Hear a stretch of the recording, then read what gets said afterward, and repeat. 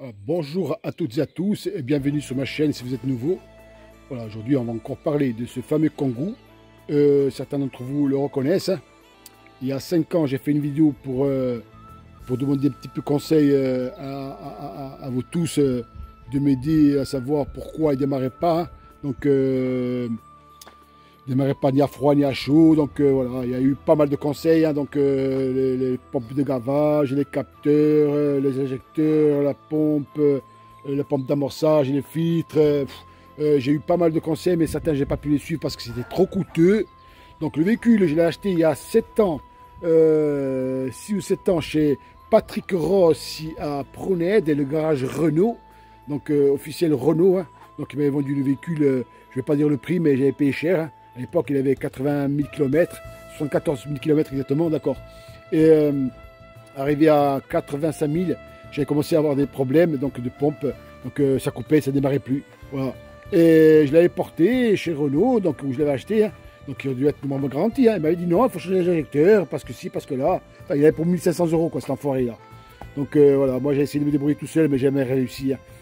J'avais de suite demandé à un ami garagiste, un jeune qui était super compétent, qui m'avait dit non, écoute, moi je te fais pas la réparation. Pourquoi? Parce que ça va coûter une blinde, et surtout que je pourrais pas te la garantir, parce que au fil des années, au fil des mois, ben, ça va revenir, parce que l'aliment, en fin de compte, elle reste dans le circuit, et c'est difficile de l'enlever. Si tu veux bien faire, il faudrait tout supprimer, quoi. Tout ce qui a touché en fin de compte le circuit du gasoil, donc c'est-à-dire le réservoir, toutes les tuyauteries, enfin la pompe et tout le reste. C'est un truc de fou, quoi. C'est un truc de malade, hein. Ça coûtait une blinde. Voilà, c'est pour ça que je n'ai jamais fait. Je m'étais contenté en fin de compte de faire démarrer le véhicule ou à la poussette, donc en la poussant, qui démarrait de suite, hein. Regardez sur les précédentes vidéos, hein, ou en mettant du SAR-pilote, voilà. Mais là, aux dernières nouvelles, enfin aux dernières expériences, le véhicule il fonctionnait plus du tout. Pourquoi? Parce que j'avais un voyant qui s'allumait plus. Non, il y avait les veilleuses de tableau de bord qui ne marchaient plus dans le véhicule.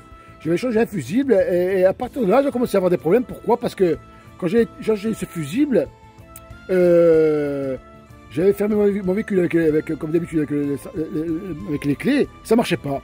Là, je reviens sur mes pas, j'ouvre le capot, je débranche la batterie, je rebranche la batterie, et depuis, plus rien. C'est-à-dire que quand je mettais la clé sur le Lehman, il n'y avait plus rien, je tournais, il n'y avait plus rien. Plus rien, aucune information au compteur, comme s'il n'y avait plus de batterie, alors que la batterie était branchée, elle était bonne, elle était neuve, nickel, hein. Voilà, donc ce souci. Après, j'avais un souci aussi qui m'empêchait de passer le véhicule au contrôle technique, c'est-à-dire le voyant de l'ABS qui s'allumait tout le temps, hein. Ça, j'ai toujours eu, hein. J'ai acheté le véhicule comme ça, hein. Et Ross s'était arrangé avec un autre ami, en fin de compte, qui a je ne vais pas le nommer par contre lui, hein, parce que lui, il n'y est pour rien. Donc il avait passé quand même le véhicule pas en contre-visite. J'étais parti avec le véhicule que j'avais acheté d'occasion, hein. Voilà, qui avait été réparé par Renault, hein, par le garage Ross, si je vous dis, là-bas à Pruned. Et depuis, je lui dis, j'ai jamais eu de tranquillité, j'ai toujours eu des soucis, hein, voilà, que des soucis.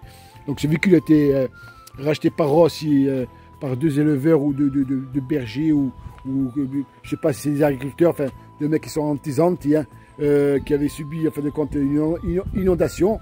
Et le véhicule pareil aussi, hein. Je peux vous montrer, hein, carrément le véhicule, il a de l'eau.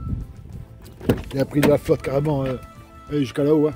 Oui, on voit les traces au-dessus il était inondé complètement. Inondé, donc il a pris de la flotte. Et bien entendu, après, ça a engendré pas mal de soucis. Bon, bref. Donc batterie neuve, bougie de préchauffage, le capteur j'avais contrôlé. Il ne se trouve pas là, le capteur de bougie de préchauffage. Vraiment, il est sur le passage de roue. Je ne vous dis pas comme c'est cher pour le sortir, hein. Bon là, finalement, je l'ai laissé ici, hein.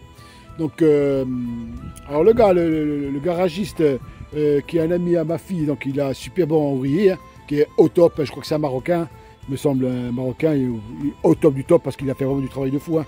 Donc il a mis une pompe à injection d'occasion, des injecteurs d'occasion.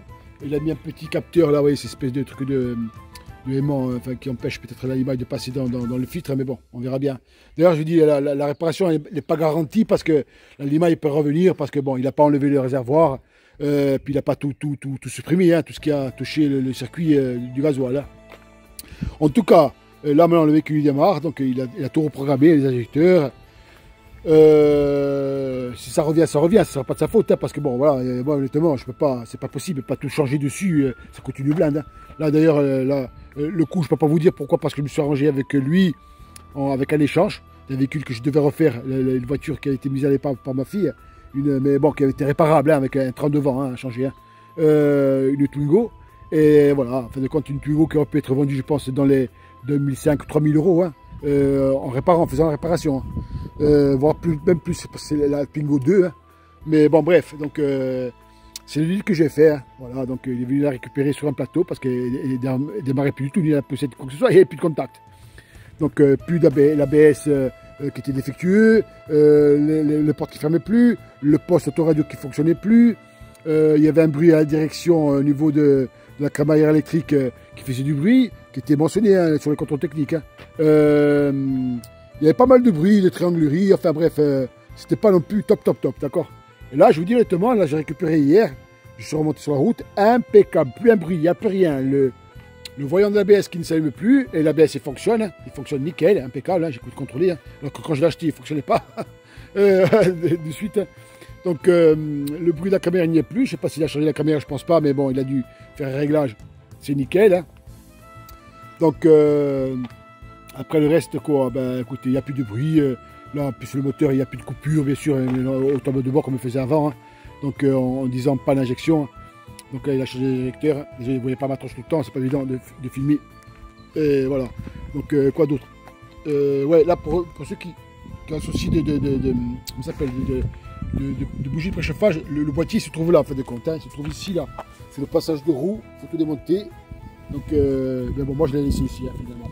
Voilà. Donc le gars, là, le mécano, il a tout remonté parce que moi j'avais donné carrément, j'ai tout enlevé. J'allais chercher le fusible pour résoudre le problème.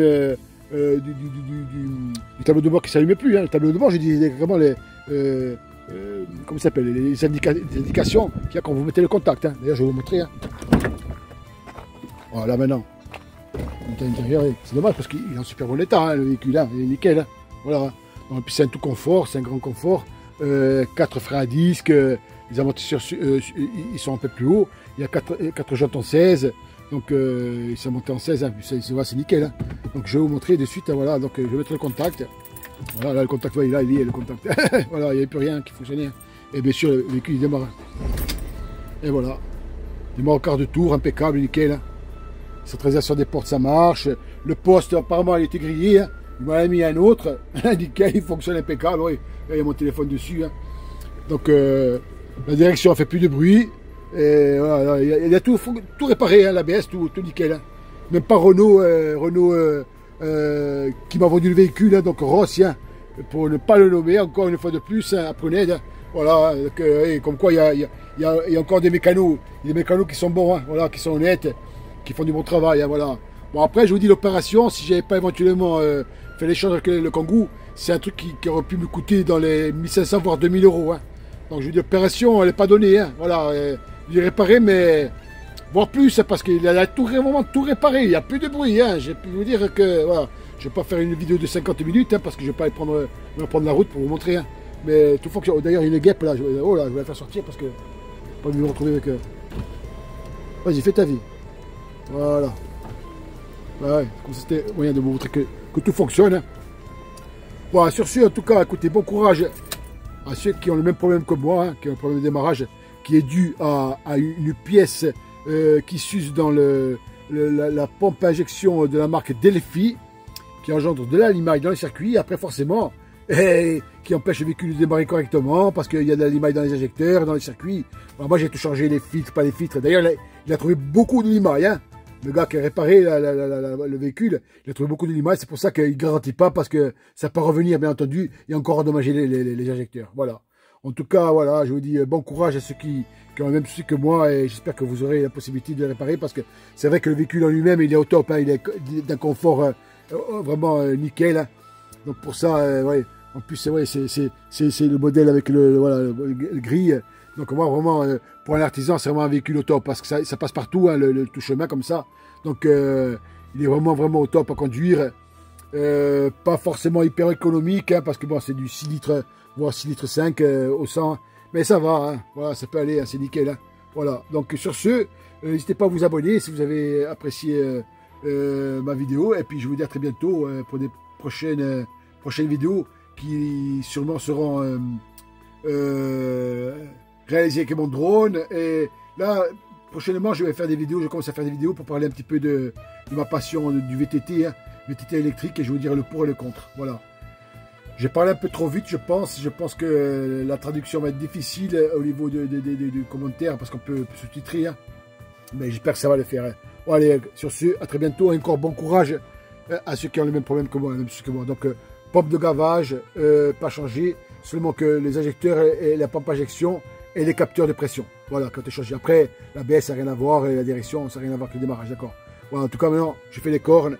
Et merci encore une fois de plus à l'ami, à ma fille qui a fait la réparation. Et la voiture, elle est nickel, impeccable. Allez, sur ce, à très bientôt et ciao, ciao.